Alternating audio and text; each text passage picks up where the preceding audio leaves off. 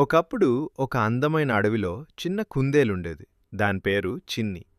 చిన్ని చాలా అమాయకం, కొంచెం భయపడే స్వభావం.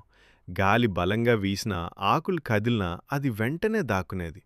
ఒకరోజు చిన్ని తన అమ్మతో కలిసి క్యారెట్లు తినడానికి బయలుదేరింది. అమ్మ కుందేలు చెప్పింది, చిన్ని, ఎప్పుడు జాగ్రత్తగా ఉండాలి. అడవిలో ఎన్నో జంతువులుంటాయి. చిన్ని తల ఊపింది. కానీ కొద్దిసేపటికి అది తన అమ్మను మరిచి ఒంటరిగా కొంచెం ముందుకు వెళ్ళిపోయింది. చుట్టూ చూస్తే అమ్మ కనిపించలేదు. అమ్మా, అమ్మా అని చిన్ని పిలిచింది. కానీ ఎక్కడా స్పందన లేదు. చిన్ని భయభయపడిపోయింది. గుండె బలంగా కొట్టుకుంటోంది. అప్పుడే ఒక పెద్ద శబ్దం వినిపించింది. గర్ర్.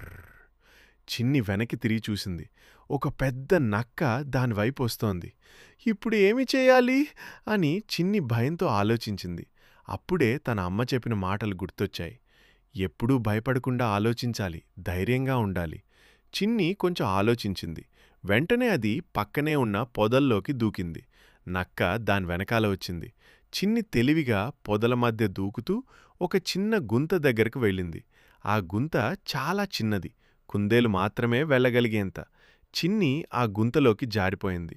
నక్క కూడా దాని వెంట రావాలనుకుంది. కానీ గుంత చాలా చిన్నది కాబట్టి లోపలికి వెళ్ళలేకపోయింది. అయ్యో అని నక్క కోపంగా అరిచింది. చిన్ని